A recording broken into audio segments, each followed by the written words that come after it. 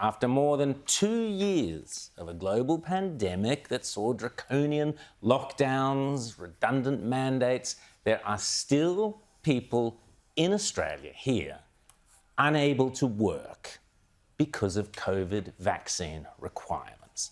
This is despite just last month the World Health Organization, of all people, declaring that COVID-19 is no longer a global health emergency. So the pandemic is essentially over, but not for everybody. In New South Wales and Victoria, more than 200 firefighters are still on leave and banned from entering their workplace because they do not want to get the jab. Joining us now to discuss this is the founding director of the Australian Firefighters Alliance, Steve McDonald. Steve, great to see you. This is just weird. I mean, you can't work. Tell us about your own personal story and the others that you represent. Well, thank you, Rowan. Look, I'm here because myself, Jason, Josh from Ballarat, Dan from Queensland, and Jan and Tony, firefighters with over 200 years professional firefighter experience, made a decision back in November 21 that we did not want to take the jab. And this is your right. Yep. None of us could have believed that fast forward to June 2023, we would still be here unable to work as professional firefighters in New South Wales or Victoria. And why, when we saw a big fire in Sydney last week, it's not as if fires have stopped. So what do your bosses or those in control say to you? Sorry, go away, we're not interested? They say it's a health issue, it's a workplace issue. But well, hang on. Let's just hear the Chief Health Officer, the Chief Medical Officer of Australia, the person behind all the mandates, all the social restrictions, all the lockdowns, the one who was giving the leading medical advice. Here's what he had to say in Parliament this week. I think at this stage in the pandemic, there's little justification for vaccine mandates. We have a highly vaccinated population. Little justification for vaccine mandates. Why are your bosses telling you that you can't work? And more importantly, that Australian lives are at risk. People will die in fires because 200 years of experience is missing from the firefighters. That is a great question, Ryan. We're scratching our head. In Victoria, unvaccinated volunteers are allowed back to stations. At those same stations, the paid firefighters are allowed to volunteer at their own stations, but we won't pay you. That's Victoria. In New South Wales, on May the 13th, we had an open day for anyone in the public, regardless of your status, to come in, meet the firefighters in your community.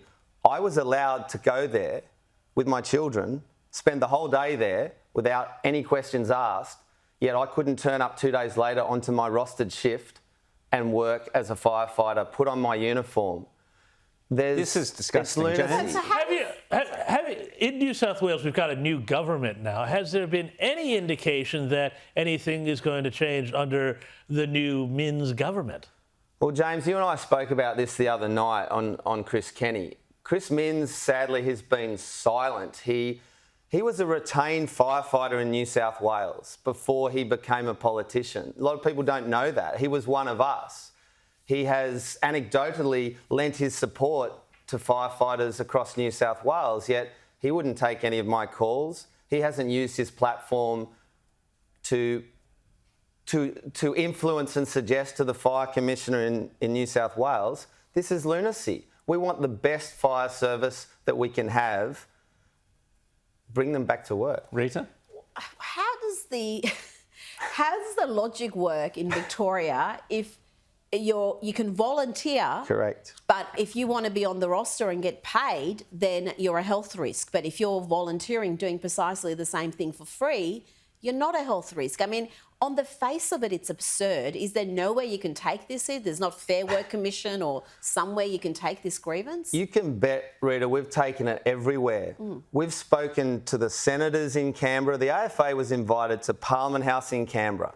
We've been to the New South Wales Parliament, and Anne-Marie Hermans, who you may know as the Shadow Minister for Emergency Services, took that very issue and looked at the Emergency Services Minister in the face in Victorian Parliament and said, please explain. She had nothing to say for the Victorian fireys who were out of work. So, Steve, does it go beyond firefighters? Are there what other areas?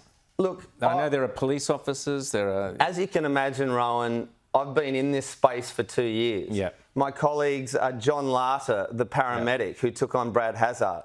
Roland Crystal, 35 years, now retired because he didn't want to enter into this madness, police officer in New South Wales. Educators, childcare workers, Graham Hood, the pilot, hospitality workers like Brad Hill, the publican at the Singleton Caledonian Hotel. We know one another because we are the ones who've been put in this position of discrimination and victimisation for so long. But it's the public and the community that are literally being discriminated against without them even realising it. And so you're still being paid, but you're not allowed to work. So the taxpayers... No, I need to clarify that. Tell us about that. Firefighters were stood down without pay. Okay. We were told, you can go on your own holiday pay. Won't that be nice? You can take your long service leave. We won't pay you. And for me, 22 years in the service, I've been able to hold on. But fireys who were, say, 5 years in the job, they had no long service leave. They exhausted their leave. They exhausted their leave entitlements 12 months ago. And so what are those people doing? Other jobs, trying to pay their mortgages, trying to feed their families, trying to put their children through school. And in those other jobs, they don't need any sort of jab requirement, even if they are, as in, firefighting, coming into contact with members of the public. That's exactly right. I mean, the police dropped their mandate on the 1st of June. Firefighters and AMBOs and police, historically and currently, we turn out together all the time. How does that work? You can have unvaccinated police now working, but the firefighters in New South Wales and Victoria still aren't allowed to work. What happens at the border with Queensland? Does the virus magically become less virulent at the Queensland border? See, Steve, or the South Australian border? Here on Outsiders, we like to have solutions, and the solution is here for you, which is garlic, apparently. Garlic is the new cure for COVID, apparently. So had you just taken some garlic all along, done this? Now, I know I'm being flippant, but this is the absurdity of the COVID regime, that we have a situation, you can't work. So many people can't work.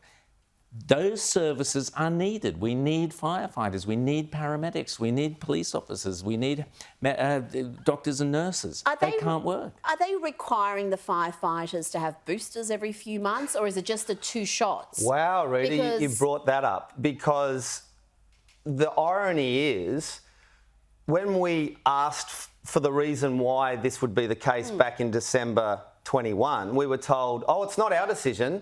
We're relying on the WHO, New South Wales Government, ATAGI, TGA. Our fire services stopped following ATAGI advice in May 2022. They don't follow it anymore, yet they keep their policies in place in a punitive way with no justification. Yeah, because if you haven't had your boosters, really, I mean, if you're going to follow insanity. This philosophy, at least be consistent with it. Well, and they're not even consistent. ATAGI would say, Brendan Murphy would say that there's no difference between those who took the 2 shots back in December 21 and the unvaccinated firefighter who, for whatever personal reasons, said no, is still not allowed to work. And many of them probably have had COVID and some form of natural. Listen, Steve, great. Thank you so much for coming on Outsiders today. I hope we can do something to help, because this madness has to stop. There have to be some politicians with the guts to stand up in government and say all this craziness has to stop. Steve McDonald, thanks so much for coming on. Good luck with your fight, with this particular fight, and it'll be good to get you back out there doing what you should be fighting, which is fires. Rowan, on behalf of myself and all these other industry workers, can we thank, Sky News has pretty much been the only mainstream media channel who has listened to and taken seriously the plight of fireys, AMBOs, police and all those industries. And we thank you for that, because without that assistance, I don't think the public would wake up to the fact that this is still an issue. So thank you. Gratefully received. Thanks, Steve. Terrific.